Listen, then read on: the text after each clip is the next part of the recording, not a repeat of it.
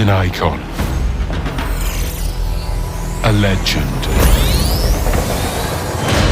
and now a fighter.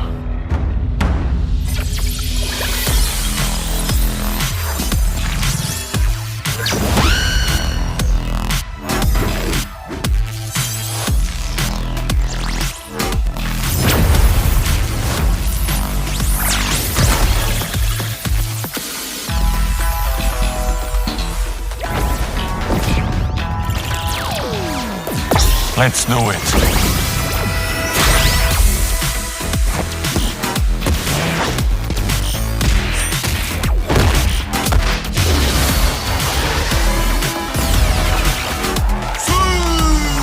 That was fun!